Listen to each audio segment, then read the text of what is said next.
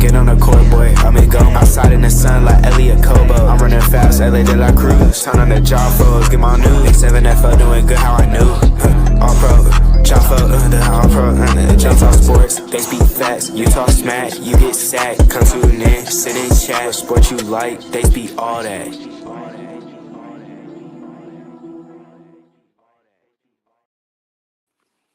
Hey, yo, ladies and gentlemen, welcome to an All-Pro JAFFos exclusive. I am your host, JP, and with me is an absolute legend in the arena football game and football altogether. He is an arena football Hall of Famer, the man who defined what it was to be an Ironman in the Arena League game, a three-time champion, an MVP, you name it, the man has done it. Please welcome to the show, Mr. Barry Wagner. How are you, sir? I'm good. How are you doing? Thank you for having me. Oh, thank you for coming on. It's actually kind of a little bit of a full circle moment for me.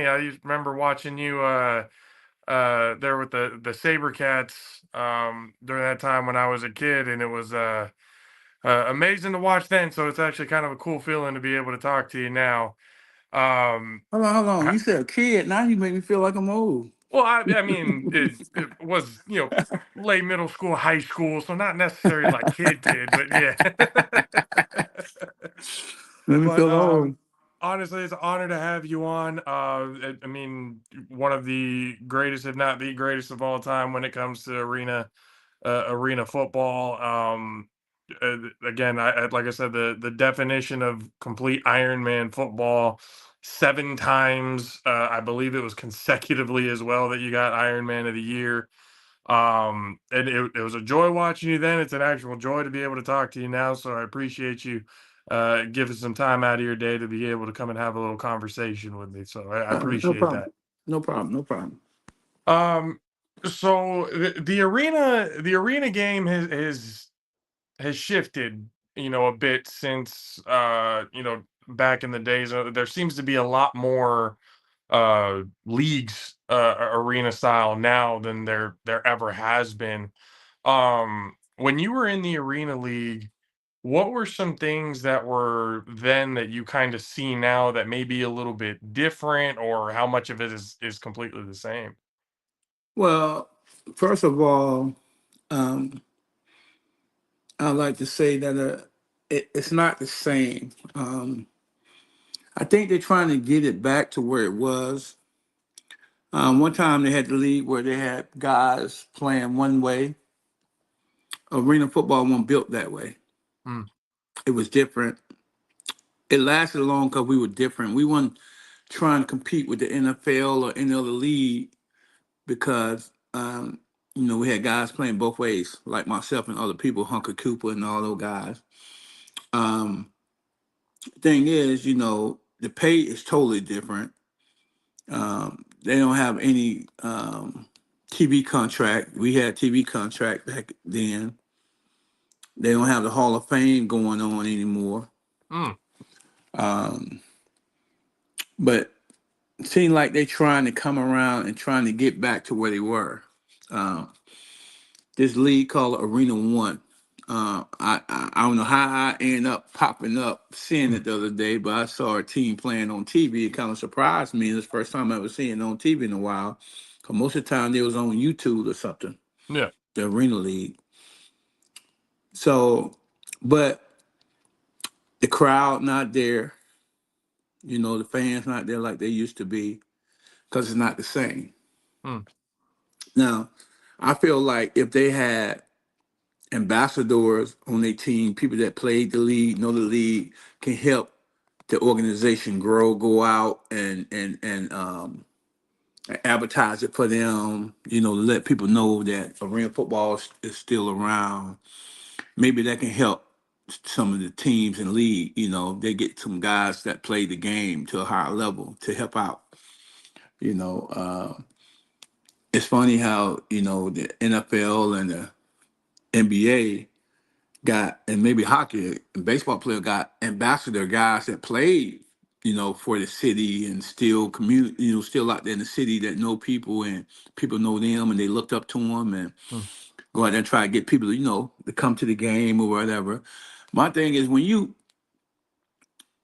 are trying to come back, like some of these teams trying to come back, bounce back, you got to lose money before you make money. Hmm. And a lot of people don't understand that.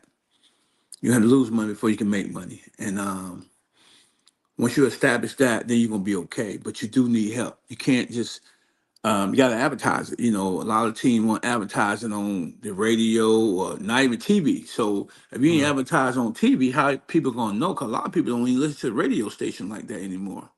Yeah, it's become more like internet and streaming and everything that you can possibly think of when it comes to advertisement wise. Radio is kind of fallen off, so to speak. Yeah. Because again, there's all these different streaming services, the Spotify, the iTunes, Yeah, see, just anything I, that you can think of. see, I don't know. Um, I'm not even into all that. See, I yeah, ain't all that. I'm a TV guy. I'm watching TV. If it flash up on the local channel, hey, da da da, then I would know. But other than that, I would never know. I mean, well, TV is what TV hasn't necessarily like it's all. I mean, it's all streaming services now, but it's still that cable, TV aspect. They're all the same. YouTube and all that. They have their own streaming services, but it's basically like cable television. It has all the channels, has everything else like there's so there's still different plenty of avenues to be able to get those advertisements and everything out. And do you think that might be because the AFL, as I remember it, very, very different now than it was, back in the day. Like you said, the advertisements, out there for San Jose, you had it over the radio stations, you had it on local TV, you had, I mean, the Sabercats were a pretty pretty big staple for a minute. There in San Jose had good numbers. I remember, going. Stadium had a really good amount of people. Championships were being won, and then out of nowhere, the team disappeared. Yeah. And They tried to. I ain't calling no name. I know who did it. When they try to change the league and make it more NFL type, like guys playing one way in 2007, that kind of destroyed the league. Cause now you trying to find guys just play one side of the ball. Um, the only thing it'd be hard to pay guys like that because everybody figured they're gonna get paid because they only playing one side of the ball, so you should get mm, more money. I feel like they destroyed the league by trying to do that, and then the league after a while folded, and then it came back. It wasn't the same. you know, trying to take away that Iron Man style Yep, football that man, was style football. Yeah, I mean, that was one of the things that made it very interesting to watch. The style, just the pace of the game was different, and it kind of it meant something, to yeah. be Iron Man. Oh, it If meant a you played, lot. It meant a lot. and it was one of those things that I had thought about going in arena. It was again, you had guys, not just yourself, but you had plenty of other players, played both sides of the ball at a very high level, very elite level. Do you think that style of play, Iron Man wise, being able to play both sides of the ball, is even possible in like the NFL? You got guys like Travis Hunter, in college playing, but is You it know, possible to do it like that? this is a crazy thing. See, they holler. See, I was recruited as a safety coming out of college and playing receiver. So when I got to college, I practiced both sides of the ball. When I got to college, nobody knew that. Hmm, I played both sides of the ball when I was in high school. So when I got to the arena, it was easy. So you could have put me on either side of the ball, I would perform. all right. People say I was Travis Hunter before Travis Hunter. but I did it on a professional level. You know, if I could have got opportunity to play it in college, no. Everybody had opportunity to play. Like Dion did it a little bit. Charles Woodson did it a little bit. So Travis Hunter ain't the first to do it. He's just the first to just actually do it the whole complete time. Hmm. You know what I'm saying? And that's talent. That's talent. You know, Yeah. when you can do it on both sides of the ball on a high level, that's great talent. Take nothing from the young man. That's great. You know, but on the other hand, you know, it take toll on the body too. You know, that's a lot of wear and tear, and I should know. I'm sitting here beat up. I had 26 surgeries on my body. Got to replace both of my knees one day. Ain't no telling what else I got to replace, but I thank God though. I still can get around. You know, I be in pain every day, but hey, you know, I'm glad to be here. So It, you it know, it you got to was think. I mean, if they're gonna do it, they do it in spurts in the NFL. Okay, now they got him playing receiver. That's great. You can probably put me in on defense on special coverage or something like that in the NFL. Well, he ain't got to play a bunch of snaps. Got to be smart about it. yeah. You know. That was one of the questions that they had, is like how sustainable is it, especially at, at a high level. And there's not very many people, like you said yourself, Dion, Charles Woods, at the very, like, you can literally count on one hand how many people have done it successfully at a high Yeah. professional level. Yeah. So but for you, what was like intriguing about arena football? You're coming out of Alabama A&M. You're playing 100 yards. It's definitely a different style of football. But what was intriguing about the arena game for you? It was so you gonna have some crazy story. In 1987, I was in college, uh, watching TV. Flipped the channel to ESPN. ESPN just started coming out. ESPN. I saw the first arena football game uh, broadcast. It was at 12 o'clock at night in the morning because they only showed championship game back then. Mm, They won't show one nothing else. It's just a championship game late at night, 12 o'clock in the morning. I guess anything people be interested in it. I'm sitting there watching. I'm seeing Ben Bennett, uh, Rockmore. I'm seeing guys playing. And I said to myself when they were hitting that wall, I said, man, these some fools out there. That's crazy. I said, I'll never do that. I will never do that. I never say what you'll never do. So I said, I will never do that. That's crazy. I'm seeing guys going on the wall like, mm-mm.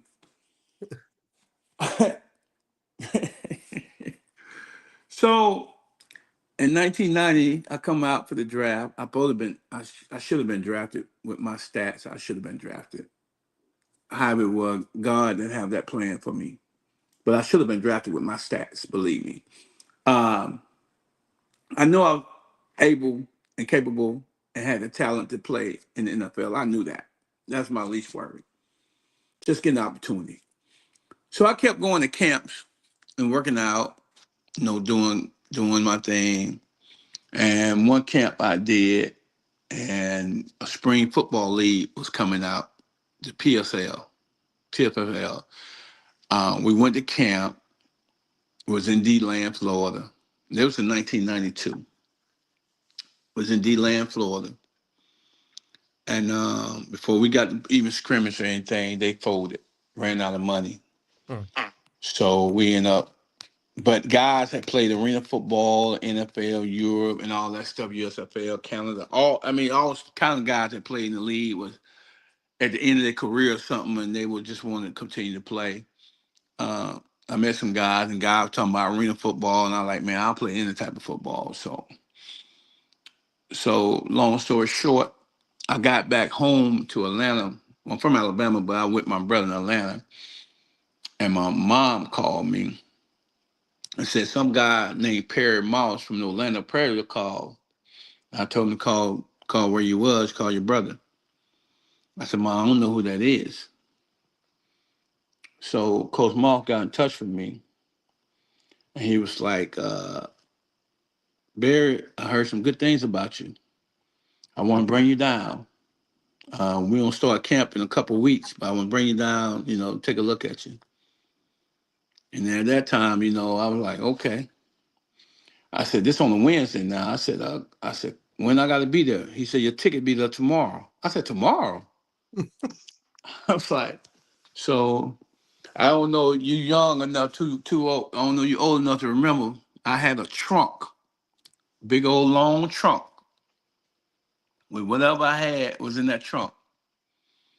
And came to Orlando, Florida. Don't know nobody, don't know what's going on, don't know who gonna pick me up. Just get to the airport. They had somebody pick me up, bring me to the facility. And they looked at me and his son was like, oh yeah, Dad, he about 6'3", 6'4". So I walked in the office. They're like, well, I said, well, I hadn't worked out in a while, a couple weeks. So I was gonna try out for the Falcons. And he was like, well, we brought you down earlier. So the guys I saw on TV in 1987, Ben Bennett, Rock Moore, Carl Aiken, they was on this team. Mm. And I'm like, man, I just saw these guys play, blah, blah, blah. So my first workout, I go out there, whatever, do my thing. My first scrimmage, I had 3 catches, 118 yards, and 3 touchdowns. My first scrimmage. So Coach Moss' son, Les, he's still coaching in the arena somewhere. I can't remember where he at now, but he told his dad, like, Dad, I think we might get us a player. My first preseason game, I dominated. I wasn't starting. I was backing up. Then Coach came to me after they did the cut. I said, oh, I got to get you in the lineup. My first arena season, Chicago Bears came down. Bill Tobin, good friend with Perry Miles, came down and watched me. I got hurt that game right before the championship, my rookie year. We played the Tampa Bay Storm. That was a war on I-4 in Orlando. And got hurt. And but Chicago's still gonna sign me, gave me a couple weeks to get my ankle ready. So uh, I got a shot in the NFL. I mean, I liked it. Got a chance to play a game with Coach Dicker. When Coach Dicker left, I should have left. But I ended up staying with one instead. That didn't work out for me. So I ended up coming back to arena like that next season. So I played arena, NFL, arena, then NFL. So I was going back and forth. So I got to Indianapolis Colts in '94 after I won Ironman the year, my rookie year, my second year, my third year. So I'm sitting there and in Indianapolis. I was balling in practice. They didn't give me the opportunity to play. So I'm like, man, I don't want to do this no more. So I ended up leaving. Indianapolis. Hey, I just wondered because this thing was up the way you had it in the garage. Open in the garage. I was I was I was in I was in Indianapolis and everybody knew I should be playing. Was upset that I wasn't playing. I was better than the guys were playing, and they they're like, man, you should be playing, Wag. This crazy. So at the end of the season, I decided to my bad. Hold on. No, you're good. And let's lay it over. I'll lay it over here.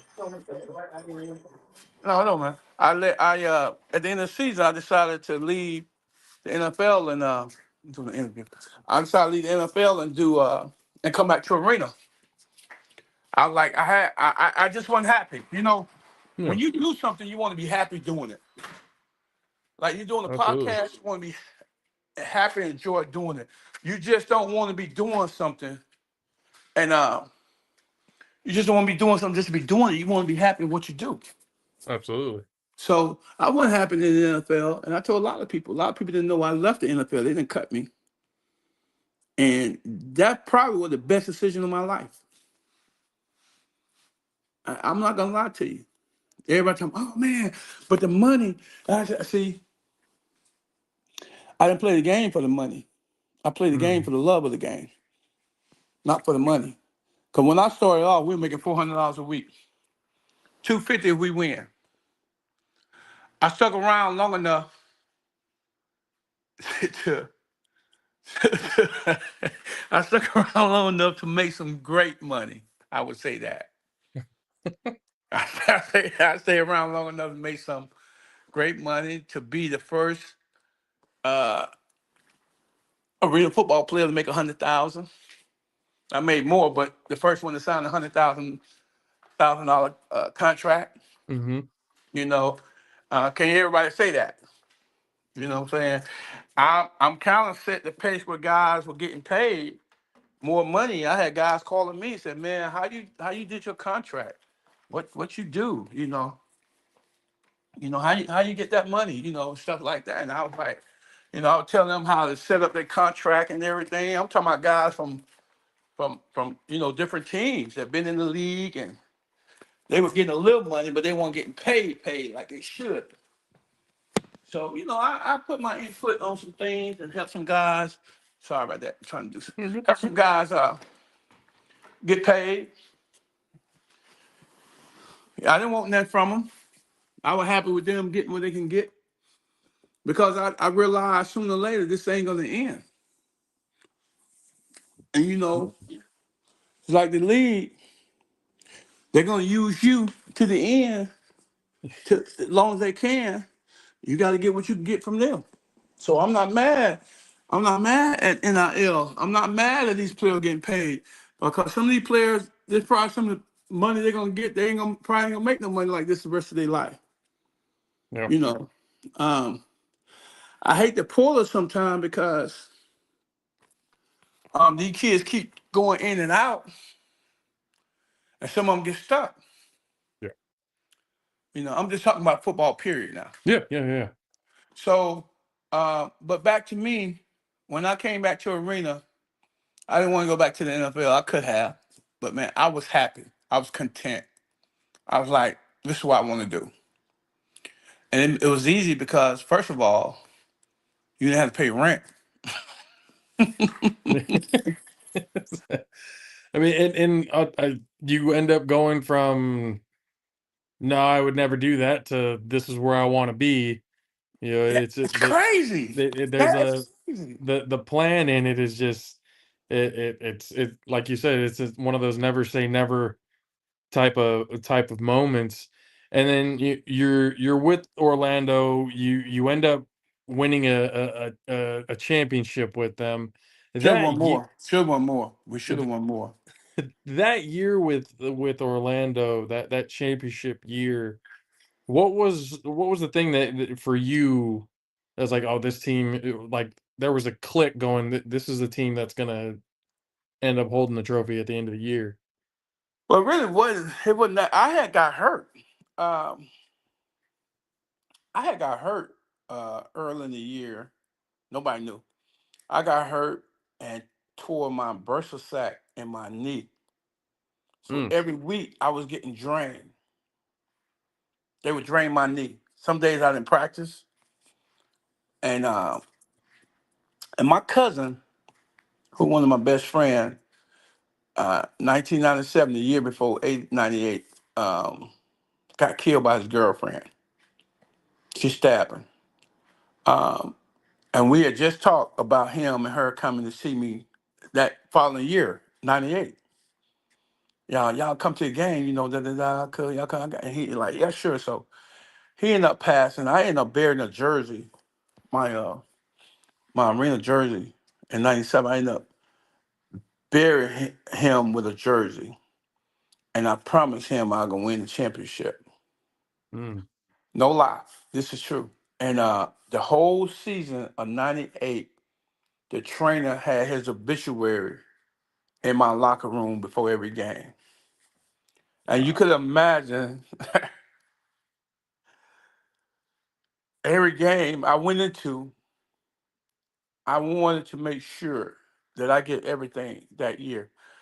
So when I got hurt, and they were like, "Well, you can play in, but it's gonna be painful. You're gonna have to get your knee." I don't care. I got to finish this season, and I felt his spirit in me every game in the playoff. I mean, when I tell you, Our first round, we should have lost to Nashville. Our second round, we should have lost to Arizona. But I came up big those 2 games. And I knew it was him. I knew it was him. I'm talking about I had just fumbled a kickoff return. And one of my teammates, Kevin Ingram, I'll never forget, he came to me. Wagner, come on, man, get right. We need you. Get ready. Come on, Wag, make a play. Do something. Do something. The next play, the quarterback threw the ball to the corner. I picked it off and went 46 yards for a touchdown, interception. Came back, scored. We won that game. We going back and forth with Arizona. 10 seconds left in the game. We down by 3 or 4. Who did they? Jay Gruden call a play. Last play of the game. Pat O'Hara threw the ball to the end zone. Cesar Doggett was smaller than me, so I just boxed him up like a basketball player, got in front of him and came across and caught the winning touchdown. Then we get ready to go to the Arena Bowl, 1998 in Tampa. Now, I said my cousin Spirit will give me because I felt something different.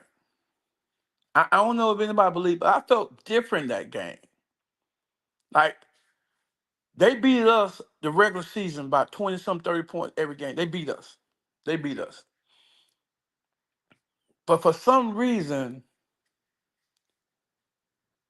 that day was different. Like, everybody just knew Tampa gonna beat us. They was at the banquet, cocky at the banquet, the reward banquet.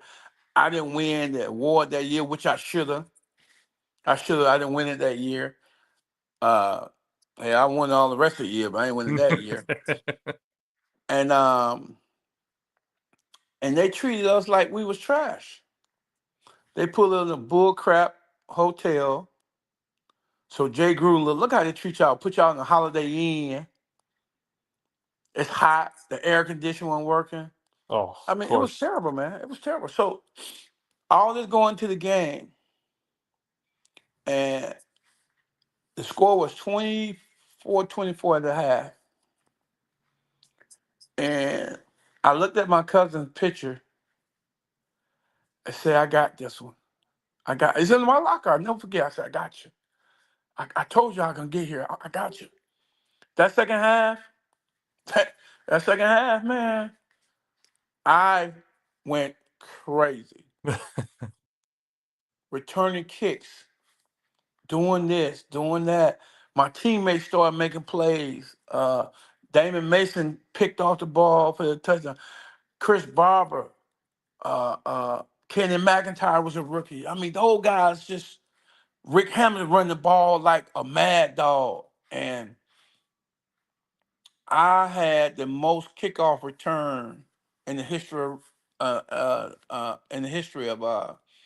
arena football. I think championship game. And when I tell you, man, that that game was the greatest feeling I ever had in my entire life, knowing I won a championship in college, it was just different, man, because I was playing for a different reason. No, that knowing that now, the picture of you that we have it in the thumbnail and the one that I found of your celebration, for winning that championship, that there's a whole lot more meaning into that picture now. You can tell, especially by the look on your face and everything, the passion that was behind it. That's a whole different way of being able to look at that picture and go, wow. The emotion behind that was big time. The thing was, when I returned that kick, a kickoff for a touchdown, and that kind of sealed the deal a little bit for us, but I pointed up in the sky and I was crying and I crossed and I said, that's for you, my cousin named Rolex. I said, that was for you. And I said his name. And a lot of people didn't really understand what was going on. Like that whole '98 season, I was playing on a different level. I played on a different level. And then '99, we come back and go back to the championship. We should have won. Auburn and beat us. Eddie Brown and beat us. We should have won. But then 2000 come around, the league threatened to fold. Mm. So we end up, all the top guys, myself, Hunky Cooper, James Barron, every player from the league that were they top players, we met in Chicago and formed a union. So whoever had 3 years or more became free agent. So I Mm. became a free agent. Uh, I had a couple teams because Jay had traded me. Jay Gruden had traded me to New Jersey. And I'm like, really? I mean, I'm franchise. You want to trade me, but it is what it is. I thank him for that because I would never went to San Jose and did what I did. So when he traded me from New Jersey, off me. So when I became a free agent, I had other team call me, fly me out, meet with me, and it just didn't feel right. I supposed to been in LA with the Avengers. I supposed to been in New England with Mike Holmesy. I supposed to been in New Jersey with the Red Dogs. I supposed to been over here. I mean, I had every team calling for me. All right, so San Jose called me, and John Fryer asked me a question like, how can you play? Can you play without having the ball all the time because you're so used to having the ball? He had Steve Pappen, Shalon Baker on that team, and they were the stars on that team. And I said to him, I just want to win. Having the ball in my hand is great, but I'm used to having it, but I just want to win. And I said, we win the championship. We win the championship. If I said we'll win. And they end up getting me, and we end up going to the championship that first year, and we lost to Nashville. Mm. We lost to Nashville, and I wasn't getting the ball like I'm used to, and I ain't understand why. But I wasn't mad. I'm like, okay, we'll figure this thing out. And another year or so went by, and another year, and my second year in San Jose, 2002, that was all season. And people didn't know this. I had double hernia. I had found out I had double hernia. I had double hernia. And I was playing through the pain. Never forget it. And came championship game, I told my teammate I can't do it. I wasn't supposed to play against Arizona. I was hurting so bad. Nobody knew I was hurting so bad. My team knew. And I couldn't run. I couldn't do what I normally can do. I made plays all year, even the playoff. Man, I was hurting so bad. John Fry called me that night, said, you got to. I said, Mr. Fry, I can't. He said, listen, these guys just need to see you on the field dressed. I don't care how much you can do, but they need to see you, your leadership. And I ain't gonna lie, for some reason, man, I went to Omar Smith, he was my backup. I went to Omar and said, hey man, I'm gonna need you more than I ever need you. He said, I got you, Wags. I got you. And man, I just went out there and made 1, 2 plays, and we blew Arizona out the box that game that year. And we were just destined for that, man. That 2002 team and 2014 were probably the same way I was in '94 with the Predators. That '94 team was, we almost went undefeated. We lost the Mm. championship. San Jose, we almost went undefeated. We lost that last game to Arizona, the last second of the game. And, if we had won, we might not turn out to win the championship, but we ended up winning the championship. But my time in arena football and what it means to me is, I tell people, man, it gave guys hope and opportunity. Mm. You know, I could have went to Canada. Canada wasn't no place I don't think I wanted to play in. Um, I could have went. I didn't play in the XFL or UFFL. I'm making more money in the arena than I would at the XFL.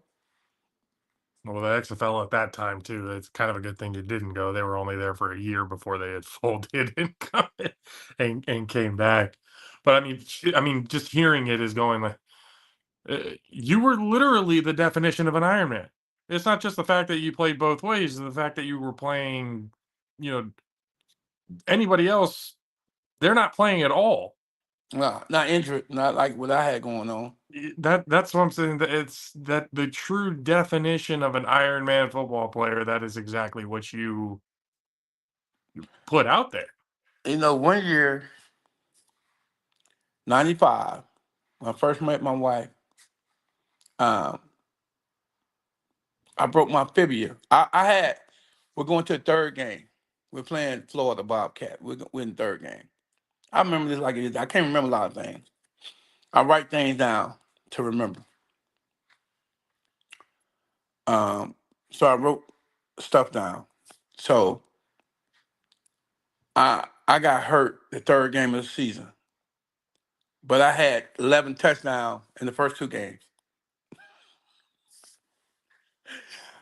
There was a 90. There was a 95. So I got hurt, right? Dude, I went by dude on kickoff. He grabbed me from the back and pulled me back, and my ankle popped. So I broke my fibula. And I had to write this stuff down to remember it. But anyway, um, the doctor said, well, you're gonna be out for 10 to 12 weeks this season. He said, uh, if I put a rod in there, you're gonna be out, a screw in there, you're gonna be out for 10 to 12 weeks. If I put a cable in there, you might be back 8 to 10 weeks. I said, Doc, you put a cable in my ankle, I'll be back in 4 weeks. No lie.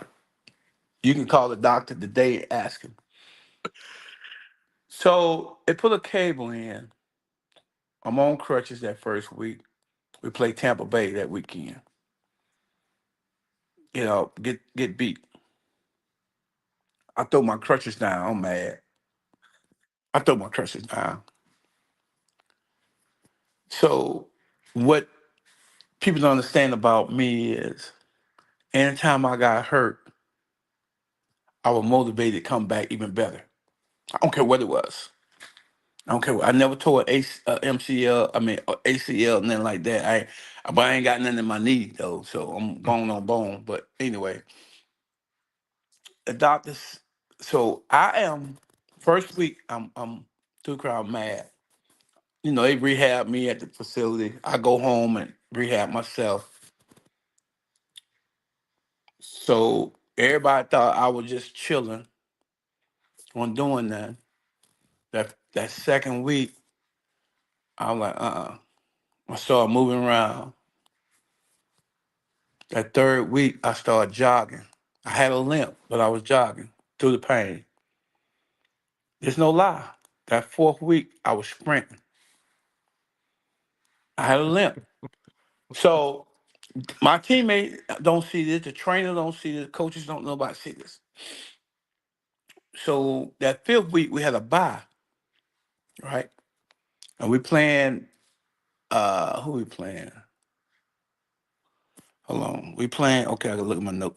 We playing Iowa Barnstormer. Mm. Kurt won them that following week. So I get to practice. I tape up.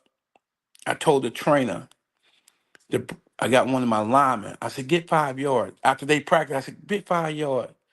My trainer said, "What you doing?" I said, "Just watch me. Just say go." He said, "Go," and I take off, and the lineman take off, and I pass him. And I had a limp.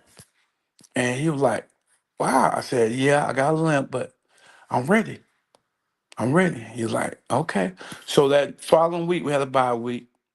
I want to practice. Coach looked at me and said, "Go sit my butt down." I know, and the trainer said, "No, coach, you all right, you all right." So my first play, I run a hitch. I got a little limp, I catch and run. This how first started out with me returning kicks. Never returned kicks in my entire life. Never did it. Never wanted to do it. But for some reason, I want to return kicks. I coach, I want to return kicks. So coach like, I said, "Coach, let me do it." So remember, I got a limp. So first play in practice, he throw the ball to me. I get by the guy, run. I got a limp. Cool. 75% of me is better than none of me. So long story short, we played Ira Stormer. On front page of the paper, it said he's back. The jungle, that's what they call the arena. The jungle was Yep. jumping. I mean, want to see. We hold 17,000. We had probably had about 17, 18,000 in there that night.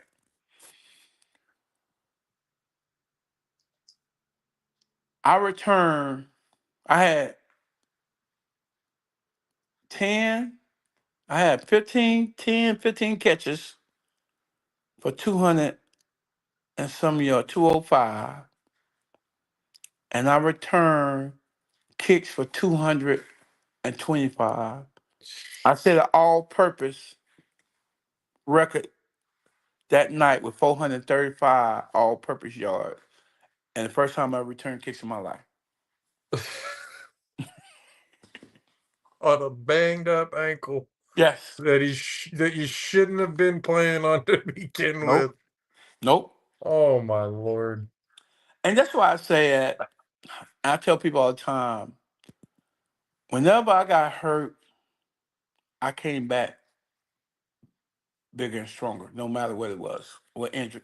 Because I took care of myself. I rehabbed myself. Today, my doctor would tell any kid that that I know, any kids that I help, and they get hurt, and the doctor, I said, "Well, doc, I'll even go to the doctor with the kid and his family to see what's wrong." And the doc would say, "Okay, Barry got y'all. Barry gonna take care of y'all." I'm talking about rehabbing. Yeah. The doctor said I rehab kids. I rehab kids. I help kids when they hurt. And they be and everybody be like, "Man, what you?" I said, "I ain't got no MD, but I've been hurt for so long. I know exactly what to do." And I thank God. I thank God every day, man, that I can help kids. Play the game that I love. I mean, man, to love the game is what people don't have now. They just love the money. Yeah. Cause the injuries that they be having, man, shoot, we take that up and keep on moving. We take that up and keep on moving. But they don't want. Oh man, I got to worry about life. Whatever meant for you, meant for you. If you meant to be healthy, you're gonna be healthy. You meant to be hurt, you're gonna be hurt. I just look at it like God plan for everybody is different, Mm. you know. And for me, all the pain, and sometimes memory loss, where I can remember certain things, can't remember certain things, and I ain't claiming CP, I ain't claiming none of that, but I know I got. I mean, I played 16 years and I hit a wall. I played in the NFL. I hit guys. I was on special team in the NFL kicking butt.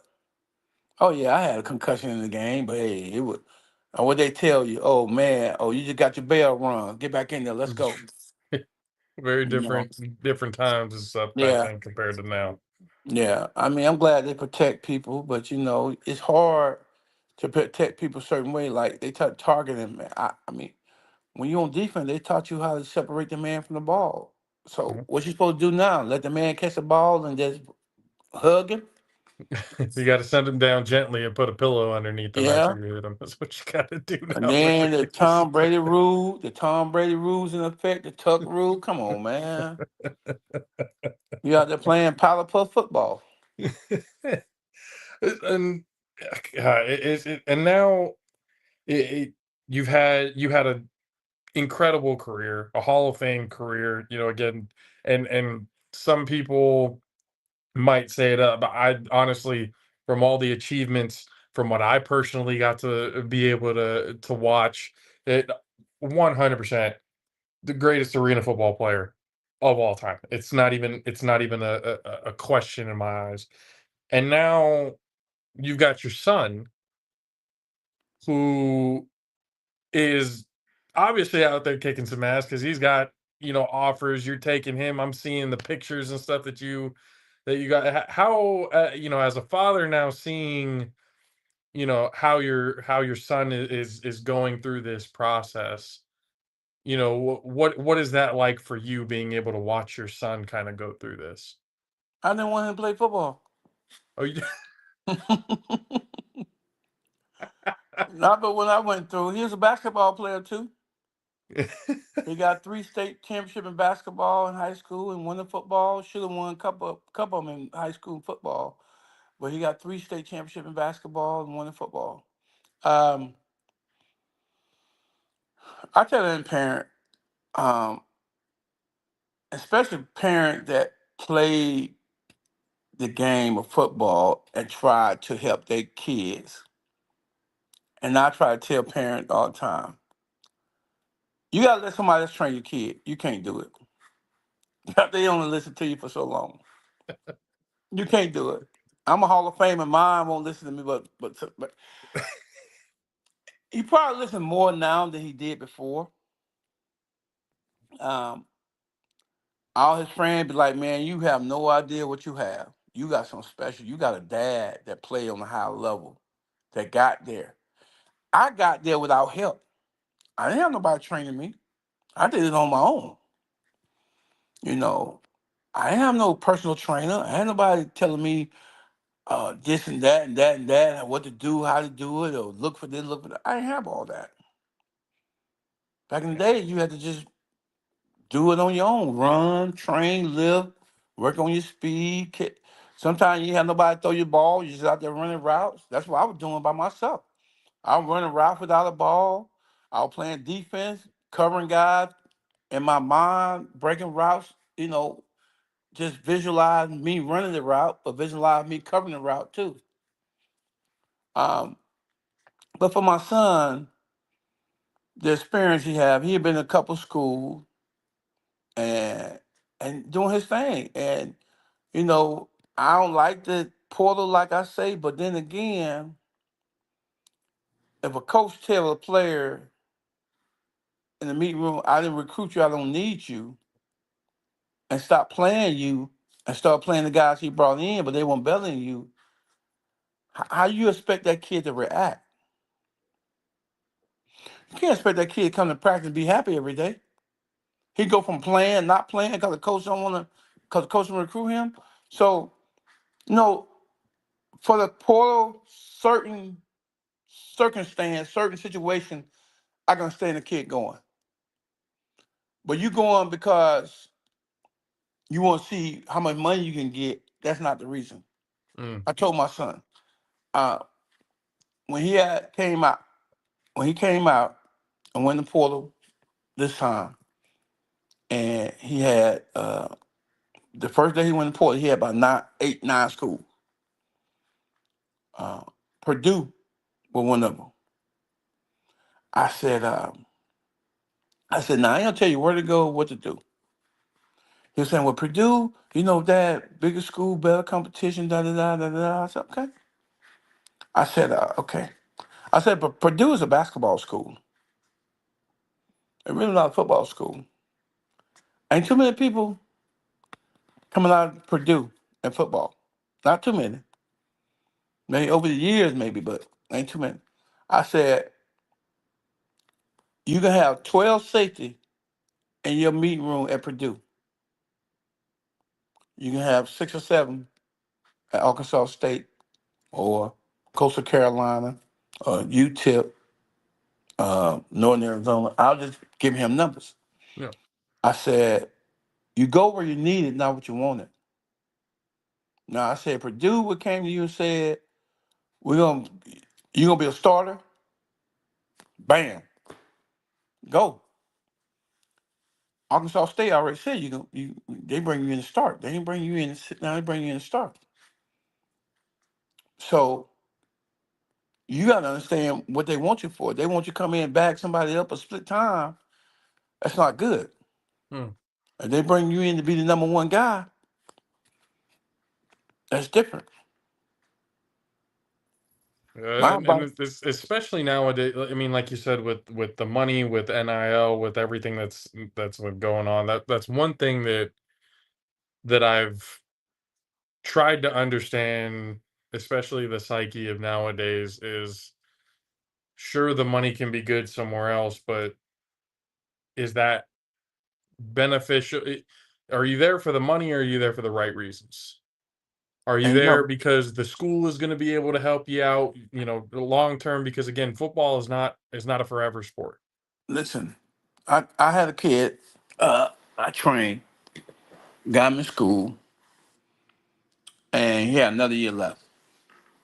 He graduated, he had another year left. He like, Coach, I got another year. He said, but this job offered me $65,000. Right? I said,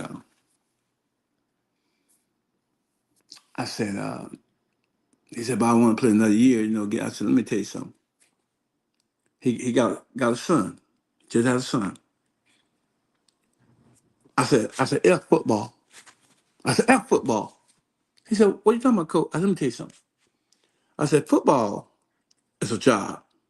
Hmm. Working at somewhere, a bank or something, is a career. I said, now, if you was on the NFL radar and you was a first, second, third, fourth round draft choice, yeah. But go and play just to see if you might get an opportunity to play football? Nah. Don't take that chance. I said, you know how many people out here ain't making $65,000 that got a degree or a master or been working for 20 years, ain't making that money at all. I said, you're like, wow. He said, you make a lot of sense. I said, yeah, I'll tell you, listen, I ain't never say, football got me where I'm at. Got me in a great position, a family, a house, stuff. I'm blessed. But I say, but without football, you gotta understand, you still got bills still gonna be paid. This gotta be paid. You gotta make sure you set for life. Hmm. And I try to teach my son that, like, man, this money you getting, it gonna go by fast. Y'all think y'all make a little money, but you don't know how to save. You gotta know how to save. If you don't know how to save money, then and even having money, you don't know how to save it. And I don't mean save it to go out, save a lot of money, then go out and buy something big. I'm talking about save money so when that rainy day comes, you ain't struggling. I play with a lot of guys and I look at them, they struggling. Hmm. And I ain't making half of the money they made in the NFL, millions of dollars. I had a guy asking me, borrowing money from me that made way more money than me, you know. But I'm just a nice guy, man, and I help everyone I can. If I got it, you got it. I tell people all the time, if I got it, you got it. You know. It definitely seems that way. Like there's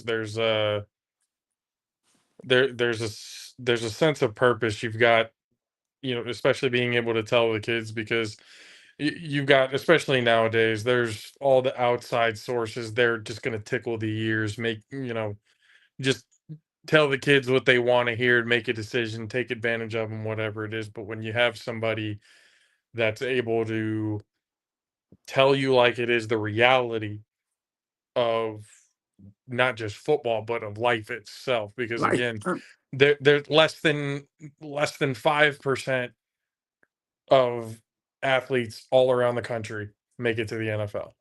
I tell my son, I say, listen, I said, yeah, he got the talent. Now, I ain't gonna lie, not because he's my son. If if if I was training this kid, then they didn't even know who I mean, he wouldn't know me. He my son. He's somebody else's kid. I told the coaches, I said, y'all got a baller. And I'm not saying this because he's my child. I'm saying this because of his play. You know what I'm saying? I'm saying because of his play. If he come play, then I've been like, coach, he all right. But when you got somebody that can play, and he want my son, I'll go be calling coaches like, hey, man, I got this kid here, da da da. I'm telling you, coach, you're gonna need him. You know. But I don't try to make decision for him, like what school you should go to. I just give him advice. Yeah. You know, I just tell how it is, because, you know, the school I went to, I could have went to bigger school. Only reason I didn't go bigger school and better school come up, I mean, not better, but bigger school, because my mom, you know, couldn't travel. Mm. So I stayed local because my brother played basketball. He was 2 years in ahead of me. He played basketball in Georgetown with Patrick Hume and them offered him, and he probably went to Georgetown or BYU. But since I never knew we were poor. I say that. Mm. I ain't know we were poor till I got older. Did that make sense? Yeah. No, I didn't know we were poor.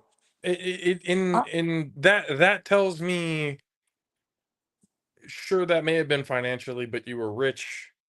Yes, in the You were mind. rich in family. You were rich I in rich. life. Like, Yes, yeah. My mom taught us the value of everything.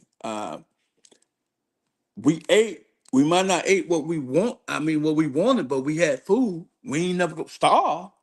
It might not been what we wanted at the time, you know, but I realized that we were poor. Like, wow, we didn't really have nothing, but we had a lot. You know, now these kids getting, you know, my son, everybody, y'all get what y'all want without even worry about it. And then when you get in the world, you struggle because you don't know how to do without. I yeah. told somebody, like, all my bills paid, and there's no lie. And I tell my wife know I say this. With all my bill paid, I can have $20 in my pocket. I'm the richest person in the world. Seriously. That's how I feel now. Cause Yeah. money don't make me no more. I mean, at the time when I was my son age, oh man, I was like, bam, bam. But I told him, but I was playing professional football at 20, 23, 24. You know.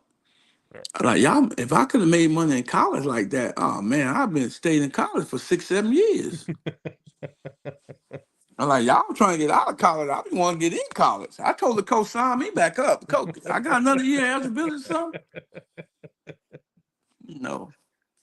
I think we just peaked too early. Like, if I came out this time, I probably went to Alabama A&M. I Mm. probably went to, I probably went somewhere bigger. But that because I want to help my mom. You know, funny story is, I was 9 years old. I'll never forget it. And my mom was teaching me how to cook.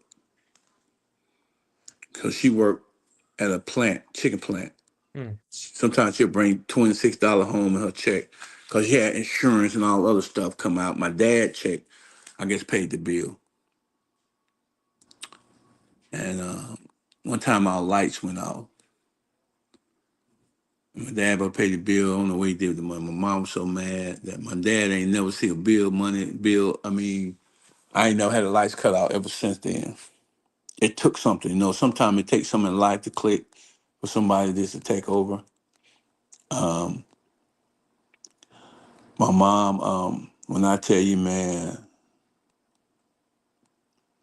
one of the most genuine, nicest person will give you anything. I mean, you know, she'll give you other people money Mm. to help you. She is.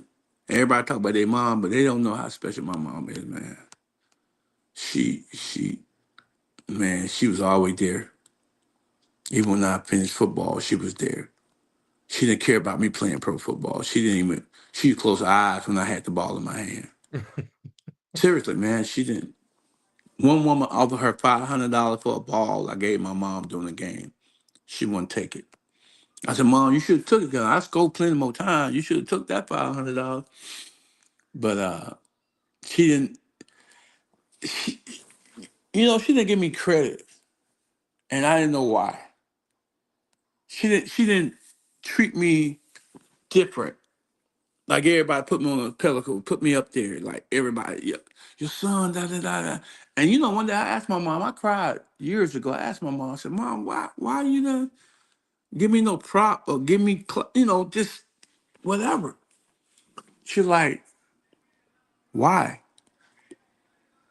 Why should I do that when your head will already fill up with everybody else? She said, God trying to keep you humble. She said, I didn't say you was all that, da da da, because you my child. So she made me humble. Mm. She made me very humble. My wife the same way. She didn't look at me as a superstar. She looked at me as a husband, as a person. And and believe me, man, I was cocky, I was arrogant. Nah, I was confident. I got on the field. I just knew. I just knew, man. My world changed, man. I was larger than life.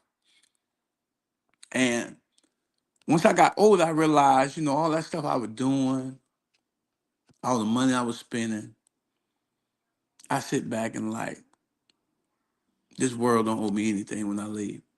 Mm. I had one of the best life ever. I might not have been a millionaire at one time, but believe me, I had some million go through my hands in my lifetime. But like I say, guys, I have all that money, and I try to tell my son,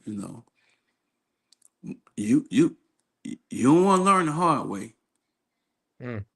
You don't want. I tell kids all the y'all want to learn the hard way. See, y'all understand. When you get older, you get smarter. Your knowledge, you become. I call it professional, a professor, a life. You're a professor because you know things that you did, and I tell the kids the choices that you make determine how you live in life. And they're like, "What do you mean?" I said, "The choices you make. You can make choices that can hurt you for the rest of your life, or you can make choices that can help you, and Mm. you learn." I said, my son was, "Well, I gotta make. Everybody gotta make mistakes." No, no, no, no, no, no, no. You don't have to make a mistake. Because you know what a mistake is? Do you really know what a mistake is? From my understanding and what I've been learned and taught, mistakes are just life lessons. No, no, it's not. It's not. I'm going to tell you why. Bad choices is a life lesson. I'm going to explain this to you. A mistake is something that you know is wrong, but you still do it. Mm. If you go in the grocery store and steal, and you knew stealing is wrong, but you still do it, that's a mistake. Answer the question. I didn't even know. Uh, I mean, How's a mistake you know is wrong? A mistake is something you don't know is wrong. So if if you go in there and put your hand on the stove as a kid, you don't know it's hot, and put it on, that's a mistake you made, right? mhm. But you ain't gonna do it again because you know that stove is hot. I tell my kids, you don't make mistakes at certain ages. We make bad choices. Mm. If you're gonna do something that you know is wrong, how am I go to the judge and you go to the store and you rob the store and and you shoot the man and you be like, well, he just made a mistake. How you made a mistake shooting somebody? See, we use that word mistake wrong. Mm. We use it wrong, and people don't understand that. People don't make mistakes at certain ages. They make bad choices. Because I know if I go in the store right now and steal, that ain't a mistake. How does Yeah. a mistake? A mistake is I go in the store and got some in my bucket and they didn't ring it up and I go outside and realize they didn't ring it up. I forgot, they forgot. Guess what I do? I go back in there and say, hey, you forgot to ring this up. See, we cripple ourselves by saying we made mistakes. No, we made bad choices. Mm. A mistake is something you know is wrong and you still do it. Well, a mistake is something you know is wrong. You don't know is wrong and do it. Let me correct that. Mm. If you make a mistake, you don't know it's a you don't know, you know what I'm saying? You don't know. Uh, you don't know this is wrong and you did it, that's a mistake. But if you know something wrong and still do it, that's a bad choice. Yeah. All right. I'm gonna keep that one in Because mind when these we, kids we come because around. we use the word mistake so much, right? So you telling me if like I went to see one of my friends, he's a judge. He was in court. He said life. He gave the dude life. I said, ooh, man, my heart dropped. I'm in court. This real life. This ain't TV. This on, I'm meeting him about something. And so his attorney, well, he made a mistake. He didn't. So the judge said, so when he hit the man upside the head with the axe, that was a mistake. Or when he took his shoestring off and put it around his neck to strangle him after he hit him upside, that's a mistake.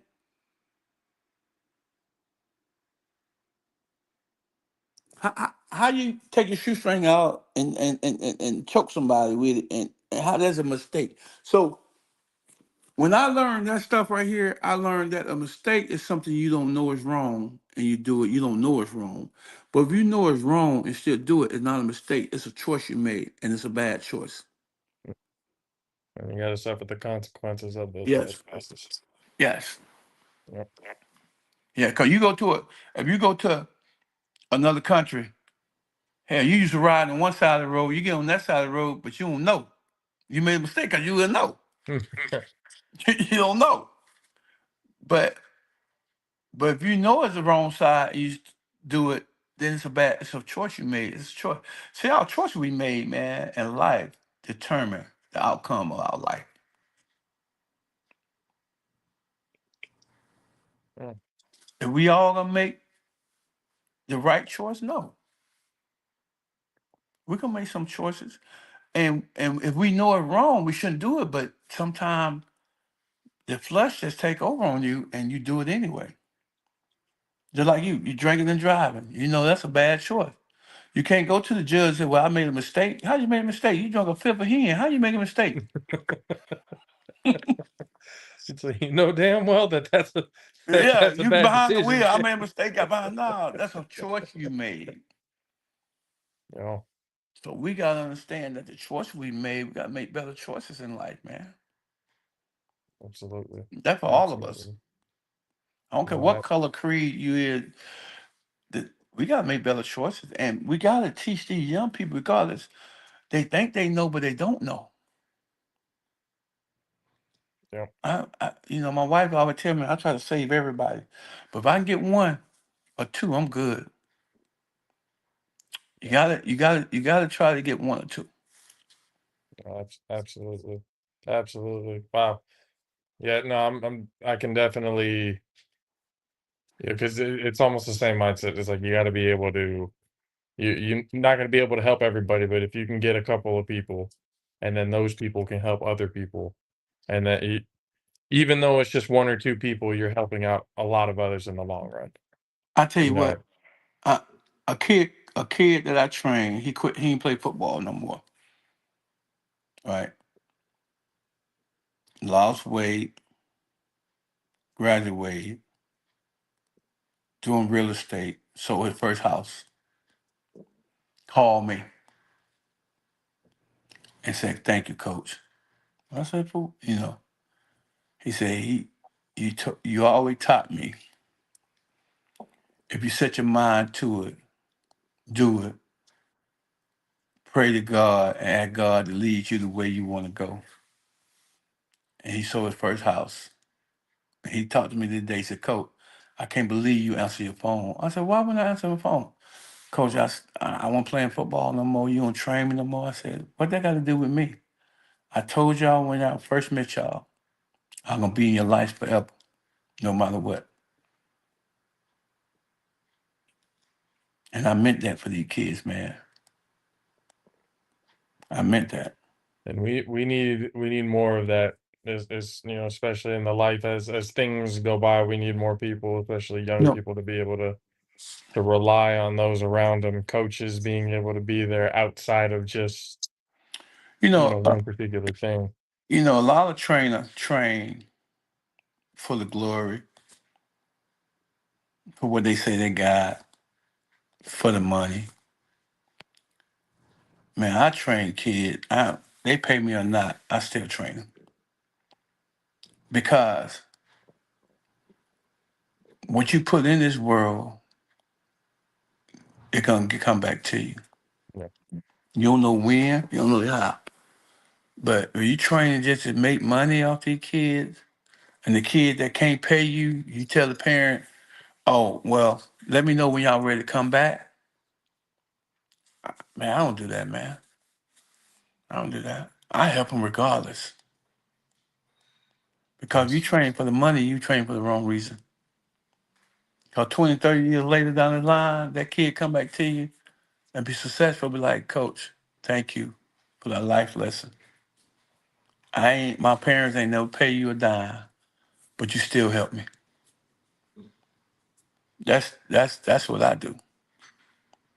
Like That's that, what I and do. that sticks with more that that keeps the mindset, and again, that kid that you were able to help will be able to take that mindset and be able to help others with the same thing. So I mean, Mr. Wagner, I cannot begin to thank you enough for giving time out of your day to be able to come and talk. Again, I've told people this is kind of a full circle moment for me. I didn't the expectations, it went so much better than I that could have ever imagined. Once again, I humbly, honestly, from the bottom of my heart, I really do thank you for giving time.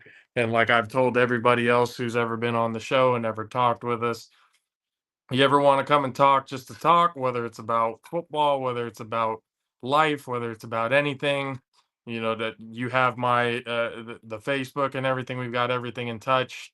By all means, I would love to keep in touch with you, for other things outside of this. But humbly, really, thank you, sir, for giving your time. No problem. Thank you for having me, man. I really enjoy. Like a lot of people that know I love in the NFL. A lot of people know that because I never told the story. A lot of people don't know '98 what the passion was for me to win that. They never knew because I never told the story. A lot of people Um, try to get me to write a book. I mean, I, I don't write no book, man, for no money. They're like, oh, you can make some money. Won't you do that? I'm like, man, it ain't about money for me no more. I had it. Believe me, I had it, but I just like the simple life, man. Just living and thanking God every day for the opportunity that I had in life. I married a great woman. I mean, when I say great, I mean been with me through thick and thin, through richer and poor. I don't, all that good stuff they say. So they said when you got a good one, you keep them.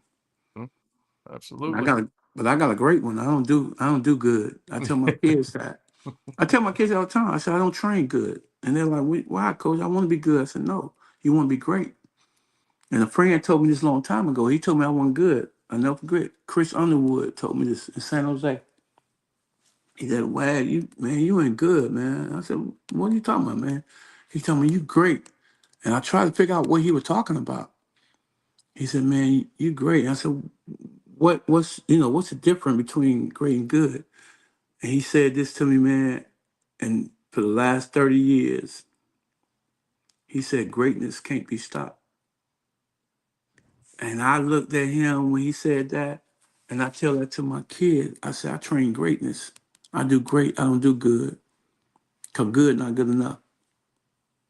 Because good is going to practice, then go home and play video game all day. Greatness is going to practice and come to me after you leave practice to get in more work to get better, to be great. That's being great. And to be great, you got to work extra. Just don't be good, man. Don't be satisfied because you're good. You know, I'm not content because I was good. I'm content because I was great. You know, everybody talking about the greatest arena football player. But do you know what arena football was about? It wasn't about, okay, he scored a touchdown. I have the most touchdown in the history of the game. I have the most touchdown in the history of the game. But also, I'm in the top 4 or 5, or maybe 2 or 3 in interception in the game too. You know what I'm saying? Greatness all the way around. The Iron Man for a reason, sir. And Yeah. you know, once again, and I'm gonna keep that in mind. Greatness cannot be stopped. Greatness can't That, be stopped, man. It can't that's be a stopped. It we're can't be gonna keep stopped. that one for sure.